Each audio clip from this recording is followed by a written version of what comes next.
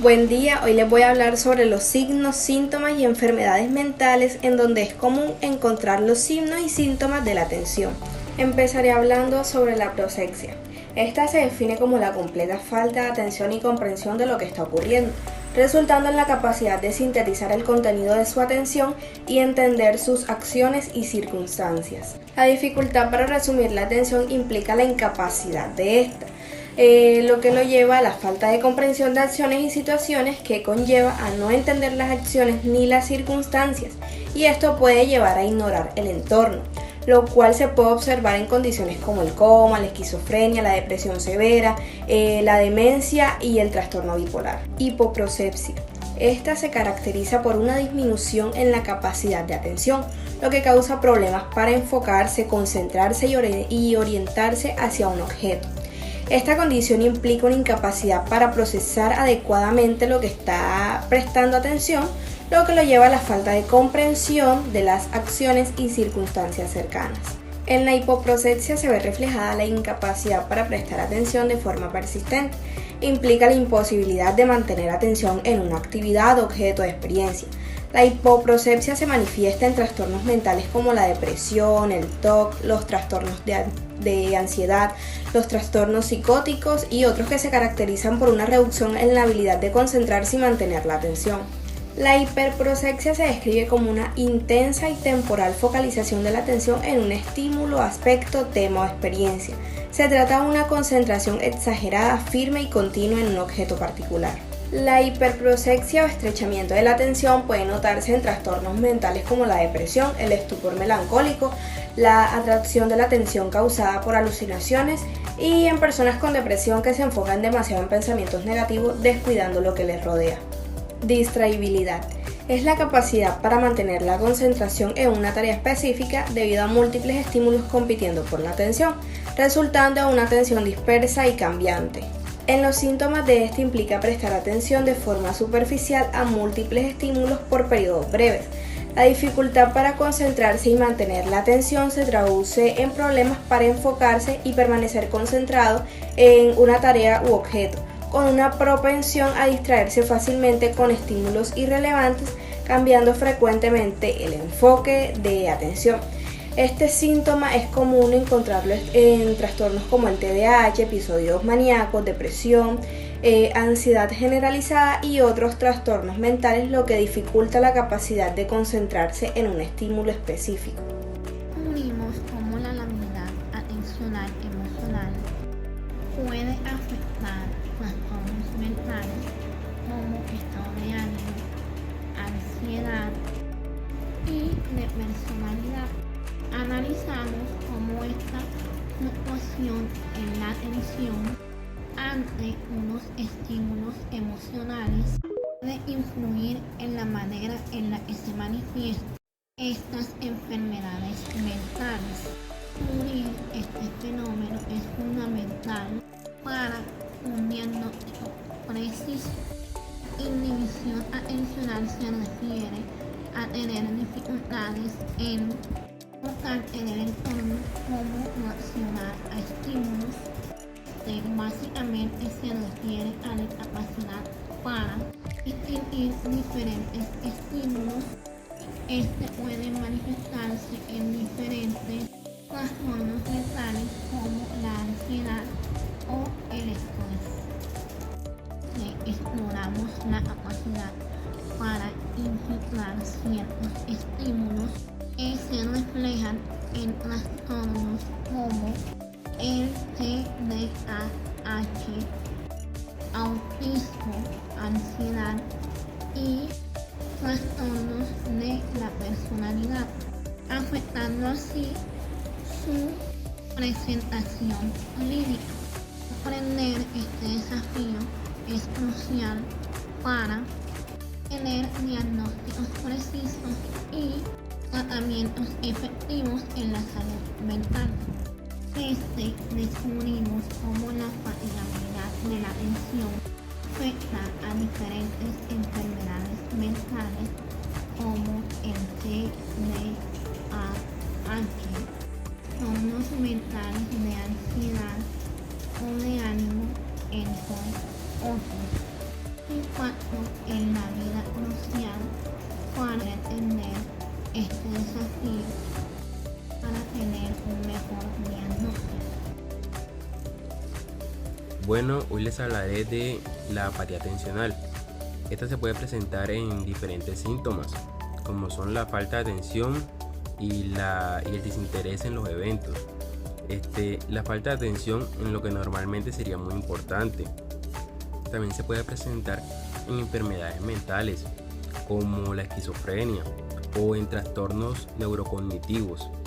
O también se podría presentar en condiciones médicas que afecten la capacidad para interesarnos en los acontecimientos. Yo le voy a hablar sobre los signos y síntomas de la conciencia. La conciencia tiene algunas alteraciones cuantitativas que son patologías derivadas de un descanso en el nivel de vigilia o conciencia. Una de ellas es la obnubilación, que es un estado inicial de disminución de la conciencia, en el cual hay dificultad para mantenerse alerta y responder a estímulos. Este requiere de estímulos muy intensos para la percepción consciente. Estos síntomas se pueden encontrar en trastornos como la encefalopatía hepática, el delirium y la intoxicación por sustancias. Otra alteración es la somnolencia, que también se llama letargia o sopor, que es una disminución de la conciencia, en donde el paciente tiende a dormirse con menor estimulación sensorial y hay una reducción de la actividad psicomotora y capacidad de respuesta a estímulos externos. Estos síntomas se pueden encontrar en trastornos como la depresión mayor, con síntomas psicóticos, la narcolepsia, el síndrome de fatiga crónica y algunas etapas de la esquizofrenia. Otra alteración es el estupor, que es un estado de disminución profunda de la conciencia, en donde el paciente permanece inmóvil y dormido, solo pudiendo alcanzar una leve vigilia con estímulos muy intensos. Aquí hay respuestas verbales incoherentes, actividad motora estereotipada y reflejos positivos de depresión y succión. Estos síntomas pueden ser observados en trastornos como la esquizofrenia catónica. Estos síntomas pueden ser observados en trastornos como la esquizofrenia catatónica, algunos casos graves de depresión y en el trastorno delirante. Otra alteración es el coma, que es la suspensión prolongada de la conciencia, en donde el paciente no puede ser despertado a pesar de la estimulación intensa. En hay una pérdida de conciencia, sensibilidad y movilidad voluntaria, conservándose solo las funciones vegetativas. Estos síntomas se pueden dar en diversas condiciones médicas y psiquiátricas, incluyendo traumatismos craneales, intoxicaciones graves, entre otras.